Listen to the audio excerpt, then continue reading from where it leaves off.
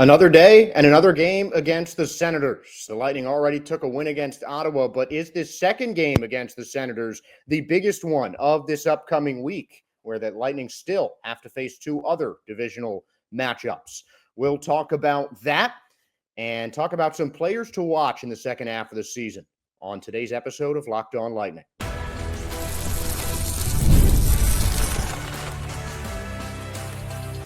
You're Locked On Lightning, your daily podcast on the Tampa Bay Lightning. Part of the Locked On Podcast Network, your team every day. Josh Sperber here, welcoming all of you to another episode of Locked On Lightning, and thank you for making Locked On Lightning your first listen every day. We're part of the Locked On Podcast Network, your team every day.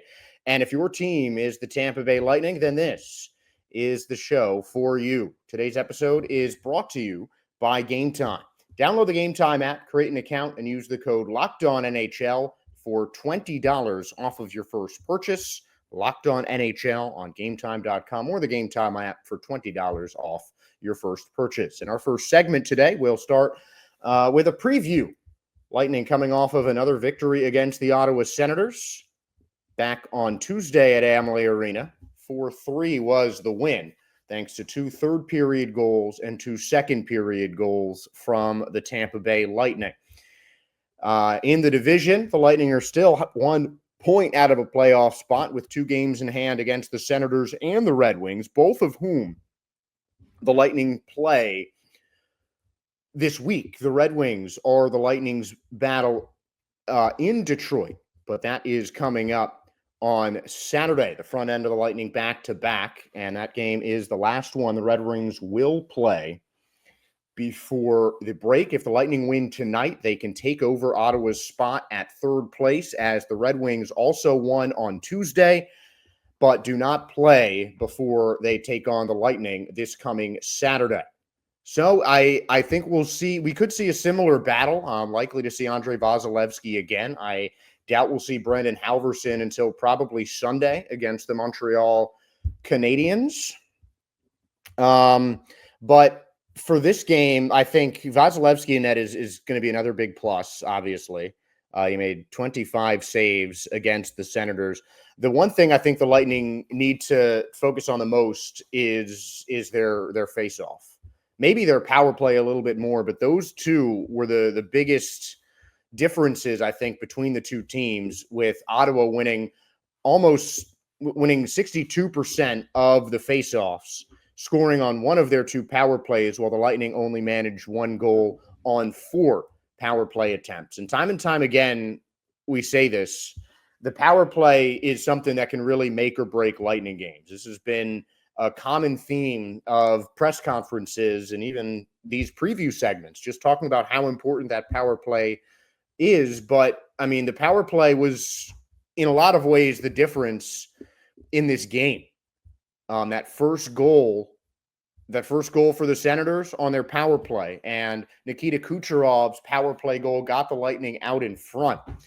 And then, shorthanded, almost a shorthanded empty net goal. McDonough, just at the very end of that Lightning penalty, got his goal in net. But the power play provided some very important goals, and it's something that the Lightning have a strength in. They're 5th best in the league in power play percentage at 26, with the Senators down at 23, 9th in the NHL.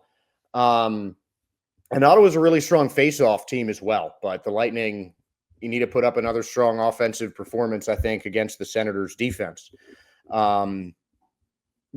It's definitely going to be a tough challenge, but the Lightning, I think, have been challenged as much, or if not more, than any other team in 2025. There have been a lot of back-to-backs, a lot of games in close proximity to each other, and having to finish off a stretch of about a month and a half with a lot of games in quick succession has certainly not been easy for the Lightning players, according to winger Brandon Hagel. I think it's kind of fun. I think you're in the playoff or in the hunt with them. We know what the game means, and then you're able to play them back to back. It's kind of just makes it feel like the playoffs a little bit. That's what it's all about, especially later into the season. A ton of games left.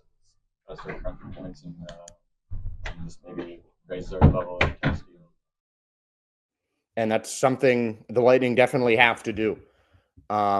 Just raise their level of play. I mean, this is the most important stretch of the season thus far, and the Lightning already got the job done on Tuesday to start it off really well. And you don't really see the effects of these back-to-back games. This game this run the Lightning have been on of no more than 2 days off in the entirety of 2025. It's been a struggle, but these are the challenging times of the season, and this is the time where the playoff bracket really starts to take shape. And right now, the Lightning are in a place of advantage and holding their own on their home ice, regardless of how difficult it is to beat the same team 2 in a row in such a rare situation, as Hagel alluded to. Regardless of that difficulty, it's something that the Lightning just need to make happen, plain and simple. It's a challenge, but the Lightning have a leg up. And there were definitely some times where the Senators made it very interesting and made it look like they were the team that was going to end up coming out of these tough stretch of games on a winning schedule, on a winning mark. I mean, they really, at points, looked like they had taken control of that game on Tuesday, but it was the Lightning who ended up with the most chances. And fortunately for Tampa, a lot of them ended up going in. 2 assists from Victor Hedman gives him sole possession of the Lightning's all-time assist record at 607, taking out of a tie with Nikita Kucherov, who's still at 605. Did get another goal, though, for the Tampa Bay Lightning. And Nikita Kucherov with 2 goals in 2 games played so far in the month of February. And Victor Hedman with 2 assists last night as well, the only multi-point scorers in February so far for the Lightning. And that just goes to show that the Lightning, I mean, they haven't, in 2 games, you'd usually expect more Lightning players to have scored more in just such quick succession, but only 2 goals against the Islanders in the loss before the 4-goal outburst against Ottawa. One of those coming in with an empty net, but the offense is always going to be a key part of the Lightning game. They're an offensive team. Their best players are offensive players, and they have to really show that muscle against a difficult team to play on defense. The Senators are one of the best teams in terms of goals allowed per game in the NHL, currently 6th, dropping down out of the top 5 after allowing 4 goals to the Lightning. And they're on a run, 7-3 in their last 10 games, including an overtime win against Washington. The Lightning snapped a 5-game win streak that the Senators were on back on Tuesday. And now it just comes the time where you have to do it again. And it's certainly no easy feat. And it's certainly an uncommon thing that you play a team at home, in almost back-to-back games. The Lightning had a home-and-home earlier in the season, at the end of December, in fact, against the Florida Panthers. But again, that was a home-and-home, back-to-back at 2 different stadiums. So they felt a little bit different. And I'm not, you just wonder if the Lightning will just take the same mentality into the second game that they did in the first one. And I think that would certainly work out well because the Lightning got the win. They'll definitely need another big game from Andrei Vasilevsky. But I think another power play goal, even just one more power play goal, would have just made it a lot more relaxed, I think, for the Lightning. And an extra goal on the man advantage certainly wouldn't hurt this time around either. But I think it's going to be an interesting matchup. And I'm really excited to see just the level of intensity that comes into this game, because it's not like it was a really chippy game, but I think both teams feel like the score could have been different. The Lightning definitely had a couple of chances that they would have liked to take back. The Senators certainly would have liked an extra couple of minutes to see if they could just complete that comeback and beat the Lightning in their home arena. But, I mean, this is a huge game for Tampa. You've got 3rd place on the line. and you making up a game in hand against the next team that you play. The playoff intensity was certainly not lost on the players on Tuesday, and I don't think it's going to be lost on the players again on Thursday. And if you guys have your predictions, make sure to give us a comment down low or let us know on X. We're at LO_lightning. And if we see a prediction that we like, we might talk about it on the show coming up on Friday. But right now, we're going to talk about what the biggest game of this week is. 3 divisional opponents, all in tight in the playoff race. The Senators on Thursday, the Red Wings on Saturday, and the Canadiens on Sunday. Which of those games is more crucial to the Lightning season?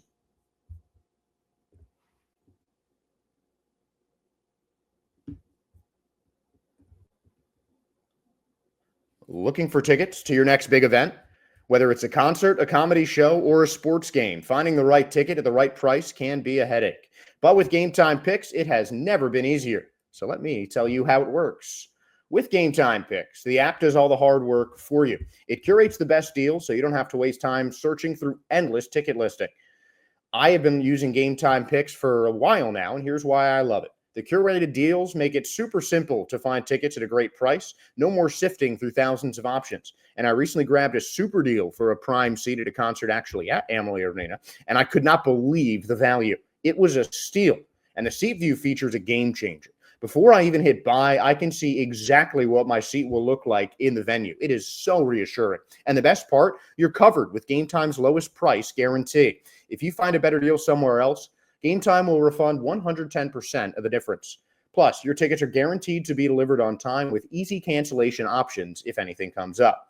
So take the guesswork out of buying tickets with Game Time. Download the Game Time app, create an account, and use the code LOCKEDONNHL for $20 off of your first purchase. Terms apply, but again, create an account and redeem the code below, LOCKEDONNHL, for $20 off. Download Game Time today.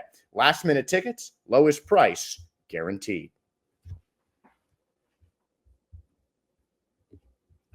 So the Lightning have 3 games this week, as I mentioned in the last segment. Another date against the Senators, who they just finished off 4-3. Then they go on the road for 2 more games before the Four Nations break. The Detroit Red Wings in Detroit for the second time, and the Montreal Canadiens in Montreal also for the second time. The Lightning have yet to beat the Habs this year, and the Red Wings and Lightning have split their first 2 games with a win at Amalie Arena on January 18th, 1 week later, a 2-0 win in Detroit for the Red Wings and the first shutout of the Lightning season. So I think there are a lot of ways that we can go with which game means a lot more. I think it's very easy to just say tonight's game. Aside from the fact that, it's better to just think about the game at hand, the game that is happening tonight, obviously, as the most important one. But right now, the 2 other teams that the Lightning are playing are nipping at the heels of Tampa and really every other team in the Atlantic Division. And, as important as it is for the Lightning to beat the Senators tonight, which I think they will, it honestly might be even more important against a team like Montreal, who they haven't beaten yet. And a win could really put the Canadiens a lot more squarely in the running for a playoff spot there. The Habs, though, have 3 games. Same amount of games the Lightning have before Four Nations. They had a date against the Kings late last night, and then they play the Devils in New Jersey, or they play the Devils at home before hosting the Lightning on Sunday. The Red Wings, as I mentioned, do not have a game, so the Lightning are making up one of their 2 games in hand on Detroit. And I don't think that any other game this week is as important as tonight's game. Just because it's tonight, but also because a back-to-back win could be huge. The reason why we're talking about this, though, is I feel like the consequences for losing another road game in Montreal or Detroit are a lot steeper than the consequences of the Lightning losing this game against the Senators. They still have another chance against Ottawa. That is going to be in April, but that's on the road. And all these are important games. You can't diminish really any one of them, especially against, the division. A lot of teams against the division in a really tough time of the year. And as I've already said a couple of times today, that has not been lost on any of the Lightning players or their manager, John Cooper. Anytime you get to practice, which we haven't been able to do for probably a month, it's good for us. And to come home, it was tough to drop that first one on the home stand. And, now we've picked up 5 out of 6 points in our last 3. So that's what we need to do. But we have one more, and then it's kind of this Ottawa, Detroit, Montreal, and everybody's kind of circling around each other, and it's a pretty important stretch here before the break. I mean, plain and simple, it is difficult to underlie the importance of the fact that between 3 and 7, only 7 points separate the top team from the bottom. And even if you go a little bit further, you go down to the Sabres, they're at 49 points, so a little bit further out from the Senators at 13. Ottawa's only 4 games back from Toronto, or 4 points back from Toronto, 5 points back from Florida. I mean, the Atlantic Division is as close as any division in hockey right now. You've got 10-point gaps between first and second place in the Metropolitan Division, in the Central Division. I think the only division you might argue is closer than the Lightning's division in the Atlantic right now is the Pacific Division, with 2 points separating first and second. The problem is it just gets a little bit steeper after that in terms of the differences. But when you look at 3 to 7 especially, it is as tight as it can be. And it really seems like, it's the Maple Leafs and the Panthers division to lose. Right now, I think the Maple Leafs have the advantage with 2 games in hand on the Florida Panthers. But the middle of the division especially is up for grabs. Those final 2 playoff spots are anybody's game. 3 and 4 in the Atlantic Division is anybody's game. And the Lightning, definitely need to be at their best in all of these. And, a lot of these results in terms of importance are going to depend on the last one. But losing a game against the Red Wings, who are on a absolute tear right now, the Red Wings have won 7 in a row, including 2 shootout wins and an overtime win, and victories against some great teams, including the Tampa Bay Lightning. So, these are the Red Wings are really knocking on the door. The Senators are atop the Lightning right now, but again, the Lightning still have 2 games in hand, and you got to win those games. The Lightning need to win this game to make up one of those games in hand against the Red Wings and add another victory and just launch themselves over. So is this game tonight the most important game of the season, or the week? Maybe not the season just yet. To this point, these next 3 games are 1, 2, and 3 in the most, or really 2 and 2A. But it is, the Lightning are in a really important stretch of the season right now where these are almost must-win games.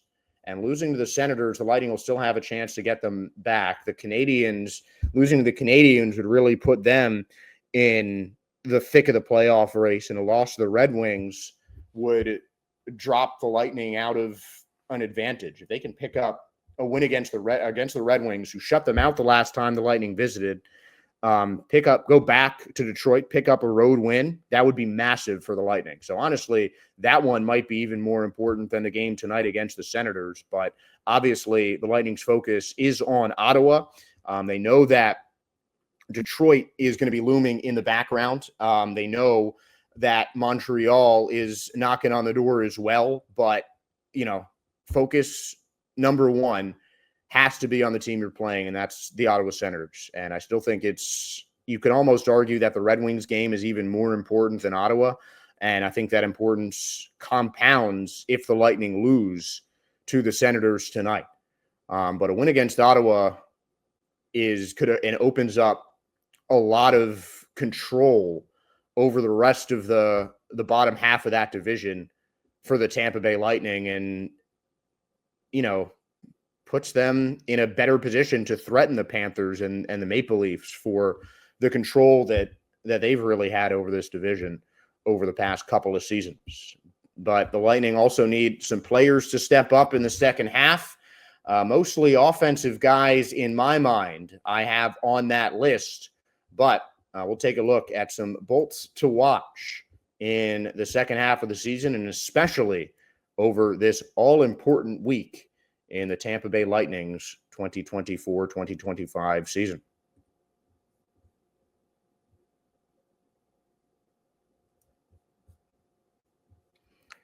With some roster movement, some injuries, there have been players that have been put into larger roles than many expected for them in the Tampa Bay Lightning season. And there are players that have really made absolute star turns for the Tampa Bay Lightning. And the first two players that I've got my eye on are Nick Paul and Anthony Cirelli, mainly because of the injury concerns with both of them leaving last night's game or Tuesday night's game early. Both of them returned. Cirelli back to the game, Paul back to practice on Wednesday. I'll try and get an update before the game that we'll post on our X account at LO_Lightning. But I think things are looking good for both Cirelli and Nick Paul. Obviously, two key guys that the Lightning need in the lineup, but those aren't the kind of players to watch that I'm really talking about. I'm really thinking about guys who need to step up. Darren Radish follows more on the player to watch category, though.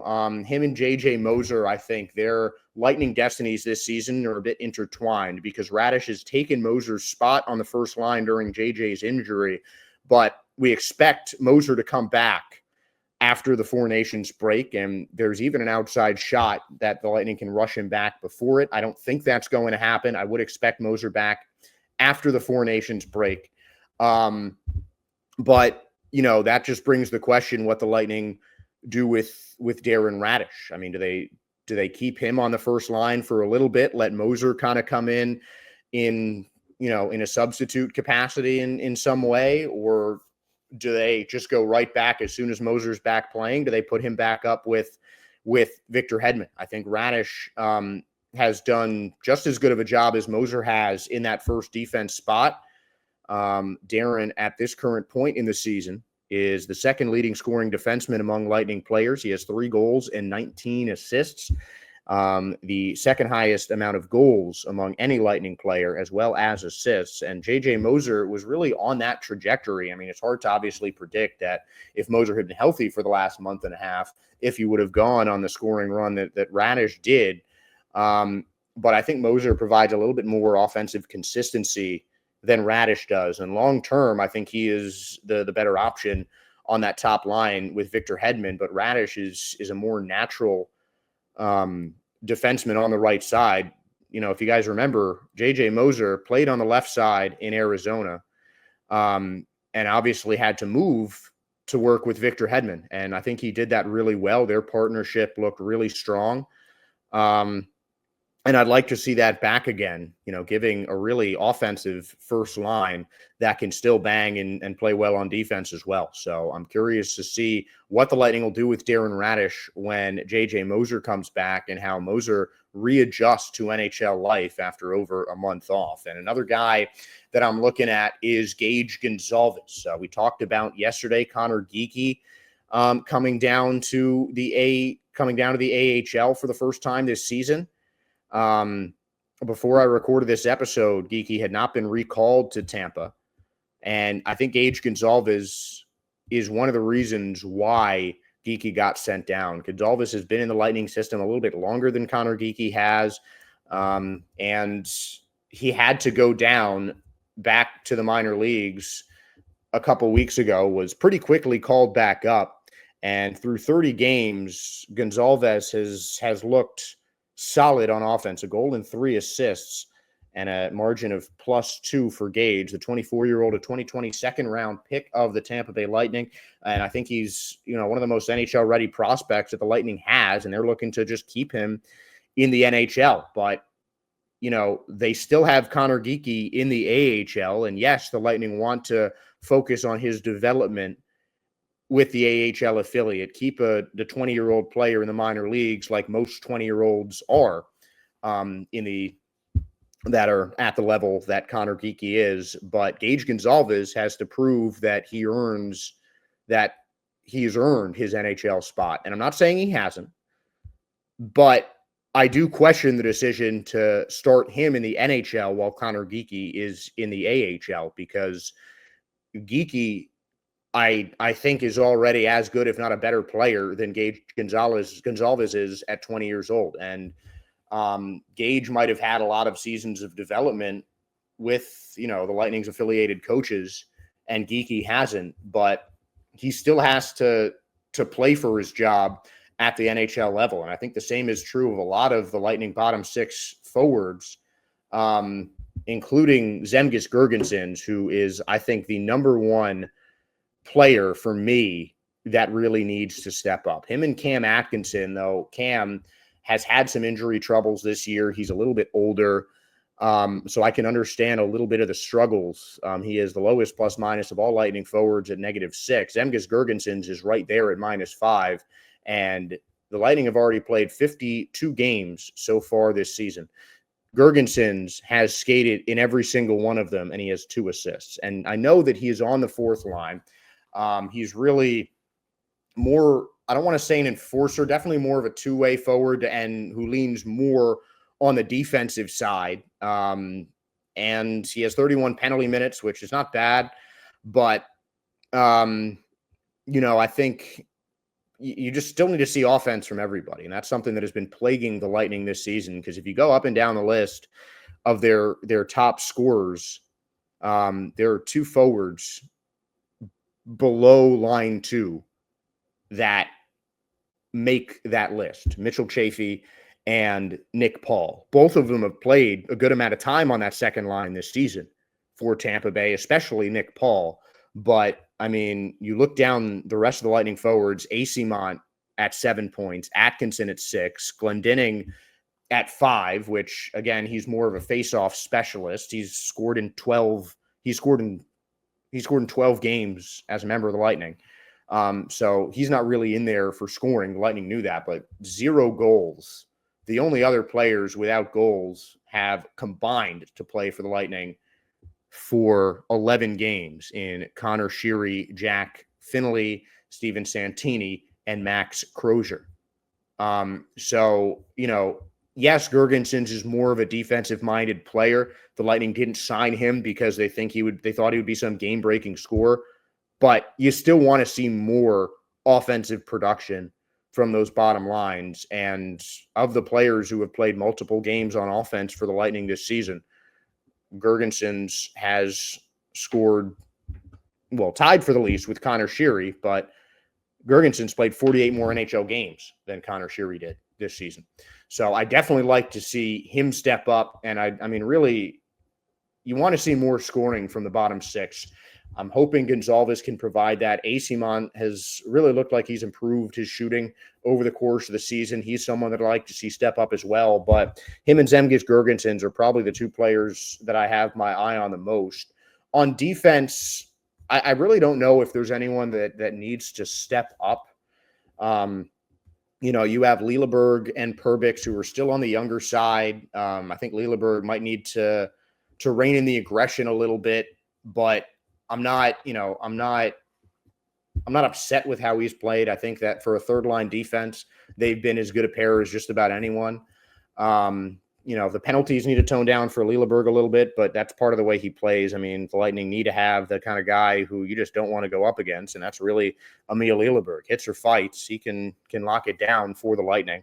But I'm just curious to see how they handle J.J. Moser's return from injury, because it's not like Darren Radish is playing poorly and he deserves to have his spot taken. He has shown that he can be a top-line NHL defenseman with the Lightning captain, but you got to imagine that JJ Moser is going to get his job back pretty quick afterwards. So I'm curious to see what the Lightning do with that first line, and definitely want to see some more scoring from their bottom six forwards. But that is all you guys will see in today's episode. You can tune into our X account at @LO_Lightning for some updates throughout tonight's game against Ottawa, and we'll have the reactions wherever you get your podcast tomorrow. You can also please give us a like, a follow, a subscribe on whichever service you listen to our podcasts. We really appreciate your guys' support, and would love to see it in the follows and the subscriptions. But thank you for making Locked On Lightning your first listen today. Now for your second listen, make sure to check out Locked On Fantasy Hockey. Become a fantasy hockey expert and get the edge over your league mates with daily tips from Steal and Flip. Find Locked On Fantasy Hockey on YouTube or wherever you listen to your podcast. Thank you again for listening to today's show. Please give us a like, a follow, and a subscribe. And go Lightning. Hope they win tonight.